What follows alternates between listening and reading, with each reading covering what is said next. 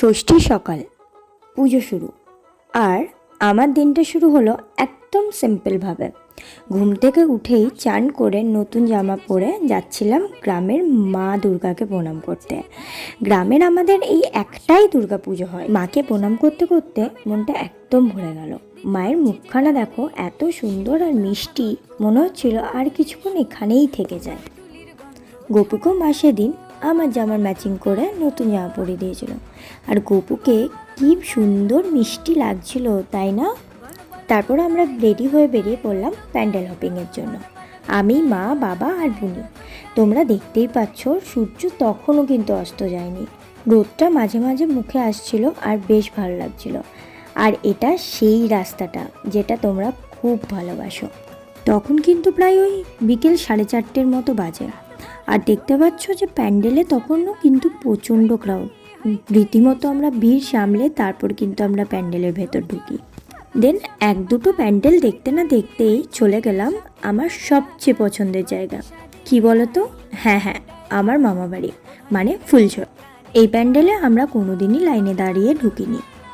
এই বছরও তার অন্যতা হয়নি, তাই পিছনে গেট দিয়েই আমরা ঢুকেছিলাম।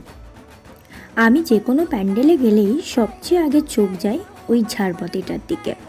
কত সুন্দর সুন্দর ঝাড়বাতি হয়, আমার দেখতে বেশ ভালো লাগে। এরপর আমরা অ্যাকচুয়ালি গ্রামের যে পুজো হয় সেই মায়ের মন্দিরে চলে আসি। সেখানে এসে দেখি মায়ের গয়না পরানো হচ্ছিল। আর গয়নাগুলো পরাচ্ছিল আমারই এক মামা, যার কাছে আমি ছোট্ট থেকে টিউশন পড়তাম। ঠাকুর প্রণাম করেই মামাবাড়ির সবার সাথে দেখা করে হই হুল্লোড় করেই বেরিয়ে পড়লাম আমরা নেক্সট ঠাকুরগুলো দেখার জন্য। আর বুনিরেই বাইরে বেরোলেই পপকর্ন খাওয়াটা ম্যান্ডেটারি। জানো তো, আমার বাবা কোনোদিনই ভিড়ভাট্টা জায়গায় যেতে ভালোবাসে না, তাই আমাদের নিয়ে যায় আর বাইরে অপেক্ষা করে আমাদের জন্য। কখন আমরা এসে বলবো এই প্যান্ডেলটা এরকম হয়েছে, এই ঠাকুরটা কেমন হয়েছে।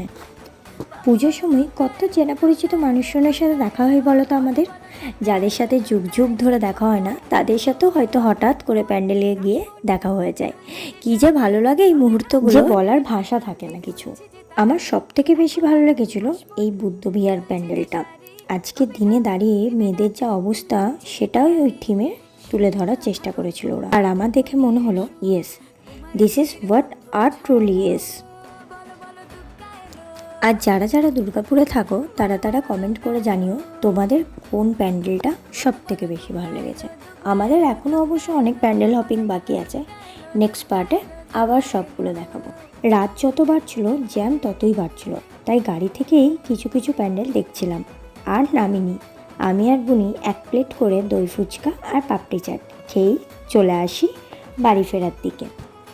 বাড়ি ফিরেই গ্রামে ঠাকুরের ওখানে যাই আমি আর ভাই।